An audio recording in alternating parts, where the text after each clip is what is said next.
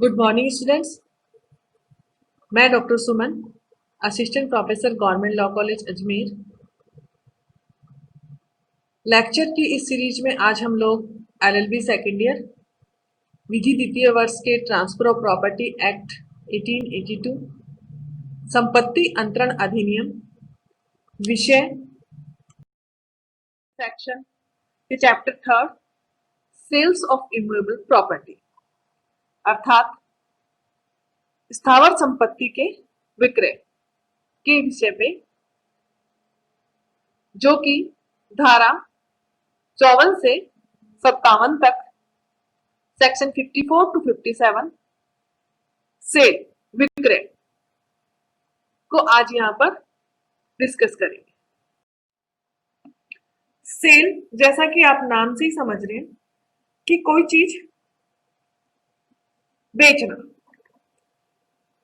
For example, जैसे हम market गए, पैसे दी और कोई भी वस्तु जो हमें पसंद हुई हमने उसे खरीद लिया। सेक्शन 54 सेल की डेफिनेशन हमें बताता है। धारा 54 संपत्ति अंतरण अधिनियम 1882 की धारा 54 में सेल को, विक्रय को डिफाइंड किया गया है। Sale is a transfer of ownership in exchange for a price paid और प्रॉमिस्ड और part paid and part promised. अर्थात विक्रय ऐसी कीमत के बदले स्वामित्व का अंतरण है जो दी जा चुकी है या जिसके देने का वचन दिया गया हो, या जिसका कोई भाग दे दिया गया हो या किसी भाग को देने का वचन दिया गया। अर्थात कीमत के बदले स्वामित्व, ऑनरशिप का अंतरण विक्रय कहलाता है। धारा 54 के दूसरे भाग में mode of sale, sale how made, विक्रय कैसे किया जाता है तो बताया गया है। Such transfer in the case of tangible immovable property of the value of 100 rupees and upwards, or in the case of reversion or other intangible thing, can be made only by a registered instrument.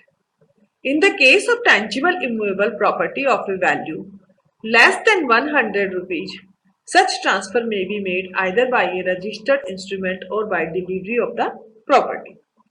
अर्थात विक्रय कैसे किया जाता है, इस चीज को धारा 54 के द्वितीय भाग में बताया गया है कि कोई भी ऐसा अंतरण जो 100 रुपए या उससे अधिक की मूल्य की इमूवेबल मृत स्थावर संपत्ति, टेंजिबल इमूवेबल प्रॉपर्टी या उससे अधिक की दशा में या किसी उत्तर भोग या अन्य अमृत वस्तु की दशा में केवल और केवल रजिस्ट्रीकृत लिखत द्वारा किया जा सकता है। इट मीन्स अगर कोई इमूवेबल प्रॉपर्टी है, जैसा कि हमने संपत्ति अंतरण अधिनियम के सेक्शन 3 में डेफिनेशन क्लॉज जब हमने पढ़ा, इंटरप्रिटेशन क्लॉज, वहां पे भी मैंने आपको बताया कि संपत्ति अंतरण अधिनियम में कोई भी वस्तु जिसका मूल्य 100 रुपया उससे अधिक है तो उसकी रजिस्ट्री आवश्यक है। विदाउट रजिस्ट्रेशन संपत्ति अंतरण संभव नहीं है। यहां पे भी सेल में विक्रय कैसे किया जाता है, यही तरीका बताया गया है कि अगर 100 रुपया उससे अधिक मूल्य की कोई वस्तु है, इमूवेबल वस्तु है, तो वहां पे रजिस्ट्रीकृत डॉक्यूमेंट जो है, रजिस्ट्रीकृत लिखत द्वारा वो किया जाएगा। और 100 रुपए से कम मूल्य की मृत स्थावर संपत्ति की दशा में ऐसा अंतरण या तो रजिस्ट्रीकृत लिखत द्वारा किया जाएगा या फिर संपत्ति के परिधान द्वारा, डिलीवरी ऑफ द प्रॉपर्टी द्वारा। अगर जैसे मान लीजिए कि कोई संपत्ति 100 रुपए से कम मूल्य की है, इमूवेबल प्रॉपर्टी है, tangible immutable property of a value less than 100 rupees. Such transfer may be made either by a registered instrument or by delivery of the property. अर्थात 100 रुपए से कम मूल्य की कोई वस्तु है, अमृत वस्तु, मृत स्थावर संपत्ति, तो वो या तो रजिस्ट्री होगी उसकी या फिर संपत्ति का परिदान, कि जैसे ही आप उसको डिलीवर करेंगे वो संपत्ति सेल बन जाएगी. Delivery of tangible immutable property takes place when the seller places the buyer or such person as he directs in possession of the property. अर्थात मृत स्थावर संपत्ति का परिदान तब हो जाता है जब विक्रेता क्रेता या क्रेता द्वारा निर्दिष्ट व्यक्ति का संपत्ति पर कब्जा करा देता है. जैसे ही कोई संपत्ति इमूवेबल प्रॉपर्टी डिलीवर करता है वो उसको, तो उस संपत्ति पे जैसे ही अगला व्यक्ति जो बायर है वो कब्जा प्राप्त करता है, वैसे ही उस प्रॉपर्टी को उसका संपत्ति का परिदान हो जाता है. कॉन्ट्रैक्ट फॉर सेल, विक्रय संविदा. A contract of the sale of immovable property is a contract that the sale of such property shall take place on terms settled between the parties. It does not of itself create any interest in or charge on such property. अर्थात स्थावर संपत्ति की विक्रय संविदा वह संविदा है कि उस स्थावर संपत्ति का विक्रय पक्षकारों के बीच तय हुए निर्बंधों के अधीन रहेगा. आमतौर पे हमने देखा होगा कि जैसे ही हम कोई संपत्ति सेल करने की बात करते हैं तो दो पक्षकार, सेलर और बायर, जो वो उनमें रेस्ट्रिक्शन या निर्बंधन लगाते हैं, जो शर्तें तय करते हैं, उन्हीं निर्बंधनों के अधीन रहते हुए विक्रय हो जाता है. It does not of itself create any interest in or charge on such property. वह स्वतः ऐसी संपत्ति में कोई हित या उस पर कोई भार उत्पन्न नहीं करती. अर्थात जो भी रेस्ट्रिक्शन या निर्बंधन वो जो उस पर लगाएंगे वही उस पर अधिरोपित होंगे. अपने आप ऑटोमेटिक जो है उस पर कोई भी हित या भार चार्ज नहीं लगेंगे. अब बात आती है सेल की. सेल की डेफिनेशन हमने यहाँ पे आज पढ़ी कि सेक्शन 54 में बताया गया कि कीमत के बदले स्वामित्व का अंतरण विक्रय कहलाता है. और इसके सेकंड पैराग्राफ में मोड ऑफ सेल बताया गया कि विक्रय का ढंग कैसा होगा. जो मैंने अभी आपको बताया कि 100 रुपया उससे अधिक की कोई संपत्ति है तो रजिस्ट्री आवश्यक है, और 100 रुपया उससे अधिक की कोई इमूवेबल प्रॉपर्टी है तो रजिस्ट्री या फिर संपत्ति के परिदान द्वारा संभव है. अर्थात मोड ऑफ सेल जो है वो दो तरह के हुए. विक्रय के दो ढंग हुए, रजिस्ट्री द्वारा या संपत्ति के परिदान द्वारा. इसी तरह पैराग्राफ 3 में कॉन्ट्रैक्ट फॉर सेल, विक्रय संविदा बताई गई कि कॉन्ट्रैक्ट करता है, अगर संविदा करता है सेल के लिए तो भी संभव है. अब सेल ऑफ इमूवेबल प्रॉपर्टी, अचल संपत्ति का विक्रय कैसे होगा, तो इसको हम इस प्रकार समझ सकते हैं कि किसी भी अचल संपत्ति का विक्रय जो है इन एक्सचेंज ऑफ मनी और प्राइस, जैसा आपने इसकी डेफिनेशन में पढ़ा कि जैसे ही कीमत के बदले स्वामित्व का अंतरण. और कीमत कैसी, जो पेड है या तो दे चुके हैं हम, या प्रॉमिस देने का वचन दिया है, या फिर पार्ट पेड और पार्ट प्रॉमिस कि कुछ भाग हमने पे कर दिया और कुछ हमने देने का वचन कर दिया. और सेकंड है इसका स्वामित्व का अंतरण कन्वेंस, जैसे ही ऑनरशिप बदलेगी पैसा देते ही संपत्ति विक्रय बन जाएगी. एसेंशियल एलिमेंट्स ऑफ सेल, विक्रय के आवश्यक तत्व क्या होंगे. मोटे तौर पे हम इन्हें दो भागों में बांट सकते हैं. विक्रय के अचल संपत्ति में के विक्रय में स्वामित्व, कन्वेंस ऑफ ऑनरशिप, स्वामित्व का अंतरण बहुत आवश्यक है. पोजीशन और ऑनरशिप में डिफरेंस है, जो मैंने बहुत सेक्शन 3 जब डिस्कस किया था और प्रॉपर्टी की जब डेफिनेशन बताई थी कि संपत्ति की डेफिनेशन क्या है, प्रॉपर्टी किसे कहेंगे, तब भी समझाया था कि कब्जा यहाँ पे पोजीशन जो है वो इंपॉर्टेंट नहीं है।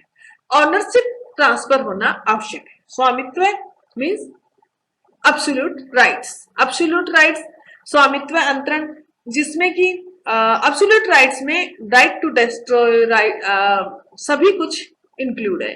इट मीन्स विदाउट रेस्ट्रिक्शंस या विदाउट अनलिमिटेड जो आपको राइट्स मिल जाते हैं बिना किसी रेस्ट्रिक्शन से, रेस्ट्रिक्शन के, वो असीमित अधिकार जो होंगे वो स्वामित्व प्रदान करते हैं। अर्थात असीमित अंतरण, असीमित समय अवधि, असीमित अधिकार, ये सब स्वामित्व में प्राप्त हो आते हैं। अब स्वामित्व का पूर्ण अंतरण विक्रय है। सीमित अंतरण जो हम आगे पढ़ेंगे मॉर्गेज में होता है, और स्वामित्व आप देखेंगे एक्सचेंज में भी कि स्वामित्व तो शिफ्ट हो रहा है एक दूसरे से, लेकिन वहां पे सिर्फ वस्तुएं चेंज हो रही है, भूमि के बदले भूमि या करेंसी के बदले करेंसी, लेकिन यहाँ पे कीमत के बदले इमूवेबल प्रॉपर्टी ट्रांसफर की जा रही है। विक्रय जो है कीमत के एवज में संपत्ति का अंतरण है। इसे हम इस प्रकार समझ सकते हैं कि सेल जो है प्राइस के बदले प्रॉपर्टी का ट्रांसफर है। संपत्ति के बदले अगर संपत्ति होगी तो उसे हम अलग टाइटल एक्सचेंज के अंतर्गत पढ़ेंगे। अब सेकंड एसेंशियल एलिमेंट है पार्टी, पक्षकार। जैसा आपने पहले भी पढ़ा, मैंने बताया कि संपत्ति अंतरण अधिनियम पे कॉन्ट्रैक्ट प्रोविजंस लागू होते हैं कि संविदा करने के लिए दो पार्टी चाहिए, ऐसे ही संपत्ति अंतरण करने के लिए दो पक्षकार चाहिए। विक्रय में दो पक्षकार होंगे, एक पक्ष संपत्ति अंतरण करता है, दूसरा पक्ष उसे लेता है, ग्रहण करता है। अर्थात पार्टीज होंगी सेलर और बायर। जो बेचता है वो विक्रेता सेलर, और जो खरीदता है अंतरिति को यहाँ पे क्रेता बायर कहा जाता है। विक्रेता ऐसा व्यक्ति है जो संपत्ति बेचता है। संपत्ति बेचने का अधिकार उसे होगा जिसकी संपत्ति होगा, जिसके पास संपत्ति होगी। इसके अलावा पर्सनल कैपेसिटीज और कंट्रेक्चुअल कैपेसिटी, उसकी व्यक्तिक अहर्ताएं भी आवश्यक है। व्यक्तिक अहर्ता से तात्पर्य यहाँ पे ये है कि जो व्यक्ति प्रॉपर्टी ट्रांसफर कर रहा है वो प्रॉपर्टी ट्रांसफर करने के कैपेबल है या नहीं है, कॉन्ट्रैक्ट करने के कैपेबल है या नहीं है। जैसे आपने कॉन्ट्रैक्ट में देखा कि अनसाउंडनेस ऑफ माइंड और सॉल्वेंट, दिवालिया, ऐसे व्यक्ति संविदा नहीं कर सकते। ना तो वो क्रेता बन सकते हैं ना वो विक्रेता बन सकते हैं। अर्थात विक्रेता को संविदा करने योग्य होना आवश्यक है। क्रेता और विक्रेता दोनों को संविदा करने के योग्य होना आवश्यक है। इसे हम नीचे लिखे दो केसेस के माध्यम से समझ सकते हैं। फरार बनाम फरार लिमिटेड 1889 450 चांसलरी डिवीजन 395। इस केस में किसी व्यक्ति ने अपनी कोई संपत्ति किसी ऐसे निगम को बेच दी जिसका वह भी शेयर होल्डर था, भागीदार था। अब यहाँ पे क्वेश्चन ये था कि क्या ऐसा विक्रय वैध होगा। Solomon versus Solomon limited 1897 AC 22। इस केस में भी ऐसे विक्रय को, जो फरार वर्सेस फरार में और सोलोमन वर्सेस सोलोमन में भी वो शेयर होल्डर था, इसमें इन दोनों केसेस में कहा गया कि ऐसा विक्रय वैध है, क्योंकि जो कंपनी है फरार लिमिटेड एंड सोलोमन लिमिटेड जो है उसका अस्तित्व बिल्कुल स्वतंत्र है, और फरार और सोलोमन दोनों व्यक्ति, उनका अस्तित्व बिल्कुल डिफरेंट है। अर्थात एक व्यक्ति द्वारा खुद को किया गया विक्रय जो किसी कंपनी लिमिटेड के नाम से रजिस्टर्ड है, अपने को ही विक्रय है। इसके अलावा प्रॉपर्टी कैपेसिटी अर्थात संपत्ति विषयक अहर्ताएं होना भी आवश्यक है। संपत्ति विषयक अहर्ताएं की विक्रेता जिस संपत्ति को बेच रहा है क्या वाकई में वो उसकी है, क्या उसे ट्रांसफर करने का राइट था, केपेबल फॉर ए कॉन्ट्रैक्ट, क्या वो कॉन्ट्रैक्ट करने में सक्षम है, ऑनर ऑफ प्रॉपर्टी, क्या वो उस संपत्ति का स्वामी है, authorized by owner to dispose of, और अगर वह स्वामी नहीं है तो क्या जिस स्वामी की संपत्ति को वो अंतरित कर रहा है, क्या उसके द्वारा वो इस संपत्ति को सेल करने के लिए अथोराइज किया गया है? प्रॉपर्टी में भी ट्रांसफरेबल। और संपत्ति क्या अंतरणीय है? बहुत पहले मैंने मेरे पहले लेक्चर्स में बताया था कि रेस नलियस और रेस एक्स्ट्रा कमर्शियल ऐसी वस्तुएं अंतरित नहीं की जाती, अर्थात जो सबकी है और जो किसी की नहीं। जैसे सेक्शन 6 जब मैंने संपत्ति अंतरण अधिनियम बताया था तो वहां पे पूरी एक लिस्ट थी कि संपत्ति अंतरण क्या क्या संपत्ति अंतरित की जा सकती है और क्या अंतरित नहीं किया जा सकता। जैसे उत्तराधिकार की संभावनाएं, सुखाधिकार, पुनः प्रवेश का अधिकार, भरण पोषण का अधिकार, सरकारी या लोक पद, ऐसी वस्तुएं जो हैं धारा 6 के अनुसार अंतरणीय नहीं, अर्थात प्रॉपर्टी में भी ट्रांसफरेबल। प्रॉपर्टी ऐसी होनी चाहिए जो कि सेल करने में अंतरण करने योग्य हो, क्योंकि विक्रय में स्वामित्व का अंतरण होता है। अब स्वामित्व आप तब देंगे जबकि उस प्रॉपर्टी को आप ट्रांसफर कर पाएंगे, अर्थात विक्रेता के लिए आवश्यक है कि वह संविदा करने में सक्षम हो, अंतरित की जाने वाली संपत्ति का स्वामी हो या फिर असली मालिक द्वारा उसको वहन करने के लिए अधिकृत किया गया हो और संपत्ति भी अंतरणीय। क्रेता के लिए भी आवश्यक है कि वो साउंड माइंड हो, मेजर हो, संविदा करने में सक्षम हो, उसकी फाइनेंशियल कैपेसिटी हो कि वो उस प्रॉपर्टी को खरीद सकता हो, उसकी विलिंगनेस हो, वो प्रॉपर्टी खरीदना चाहता हो, उसको क्रय की आवश्यकता हो, अर्थात ये सब चीजें जब होंगी तो उनकी प्रॉपर्टी कैपेसिटी होगी। इसी तरह संपत्ति, अब संपत्ति मूवेबल इमूवेबल दो तरह की होती है। विक्रय के लिए अंतरणीय संपत्ति होना आवश्यक है। संपत्ति चल या अचल, टेंजिबल इंटेंजिबल सभी तरह की का विक्रय हो सकता है। कुछ रेस्ट्रिक्शंस जो मैंने स्टार्टिंग में बताए कि निर्बंधों के अधीन जो क्रेता और विक्रेता लगाएंगे उस आधार पे उसमें कुछ प्रतिबंध लगाए जा सकते हैं। सेक्शन 54 के अनुसार विक्रय योग्य वस्तुएं जो होंगी वो होंगी अचल संपत्तियां, हित इंटरेस्ट, इमूवेबल प्रॉपर्टी, उत्तर भोग व अन्य हित और चल संपत्ति। बस और बस इतना सा है कि जो प्रॉपर्टी होगी वो 100 रुपया उससे अधिक की होगी तो रजिस्ट्री आवश्यक है। टेंजिबल वस्तुएं, अमूर्त वस्तुएं ऐसी संपत्ति हैं जो कॉर्पस नहीं होती, जैसे कॉपीराइट, सुखाधिकार, इंटेलेक्चुअल प्रॉपर्टी। अचल संपत्ति खेत हो, जमीन हो, घर हो, ये सब सेक्शन 54 में विक्रय किए जाने योग्य हैं। अब बात आती है प्राइस की, कीमत। विक्रय के सभी मामलों में कीमत आवश्यक है। सेक्शन 54 की डेफिनेशन में आपने देखा कि कीमत के बदले स्वामित्व का अंतरण है, अर्थात प्राइस, कीमत उसकी होगी।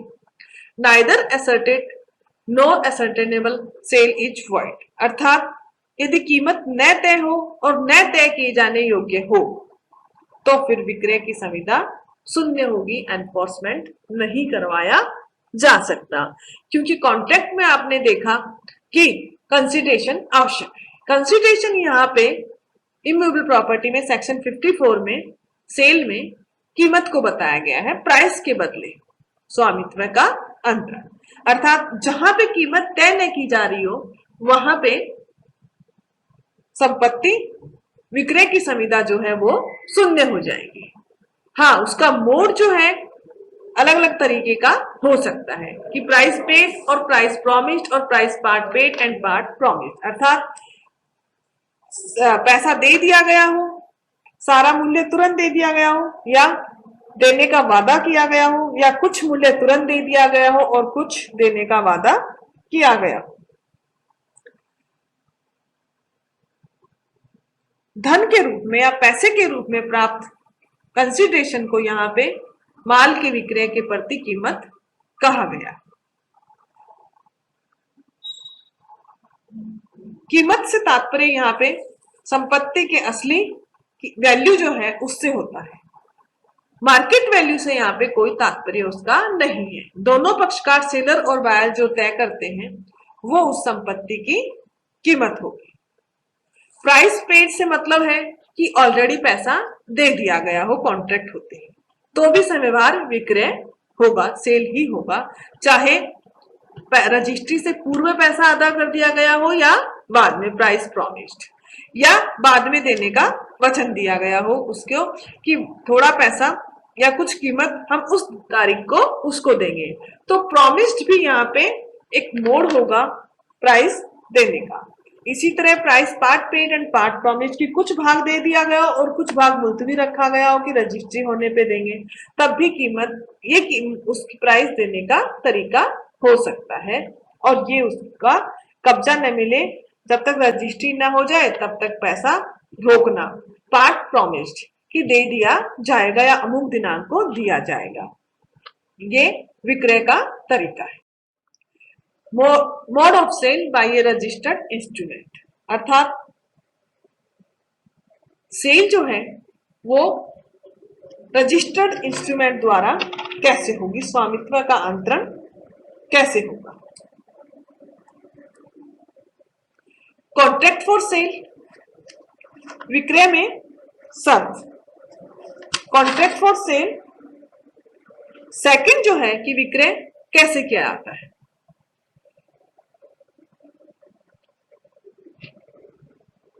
सेल के सेक्शन 54 के सेकंड पार्ट में बताया गया कि रजिस्ट्री द्वारा किया जाएगा या संपत्ति के परिधान द्वारा किया जाएगा। 100 रुपए या उससे अधिक की वस्तु होगी तो रजिस्ट्री आवश्यक है, और उससे कम की है तो रजिस्ट्रीड भी हो सकती है या संपत्ति के परिधान द्वारा संपत्ति का विक्रय किया जाता है।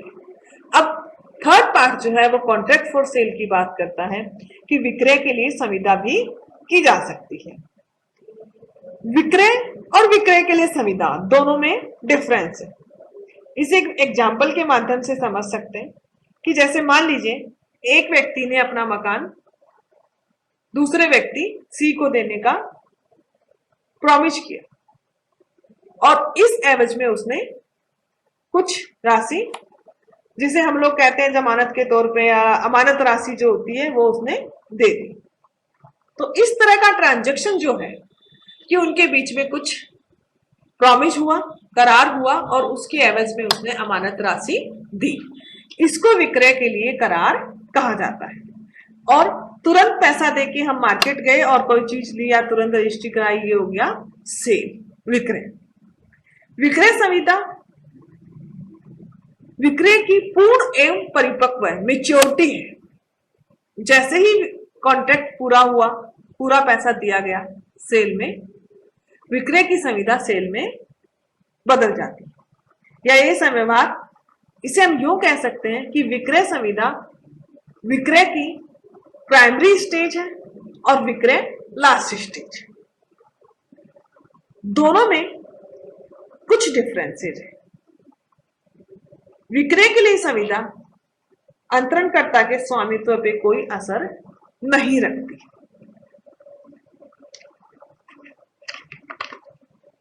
इसे हम इनकी प्रकृति के आधार पे, नेचर के आधार पे भी समझ सकते हैं। सेल जो है, sale is a executed contract and contract for sale is a executory contract, अर्थात विक्रय में संविदा के साथ विक्रय निष्पादित संविदा है, जबकि विक्रय के लिए संविदा एक एग्जीक्यूटरी निष्पाद्य संविदा है। और इफेक्ट के आधार पे अगर हम इसे समझें तो sale is a transfer of ownership. Sale में तुरंत स्वामित्व का अंतरण हो जाता है, जबकि विक्रय के लिए करार में किसी हित को उत्पन्न नहीं करता है, ऑनरशिप तुरंत नहीं मिलती। जैसे ही लास्ट स्टेज पे पहुंचेगा, अंतिम उसमें विक्रय बनेगा, तब ऑनरशिप अंतरण हो जाती है। विक्रय करार एक संविदा है, कन्वेंस नहीं। विक्रय करार राइट इन पर्सनम उत्पन्न करता है, राइट इन रेम नहीं करता है। अर्थात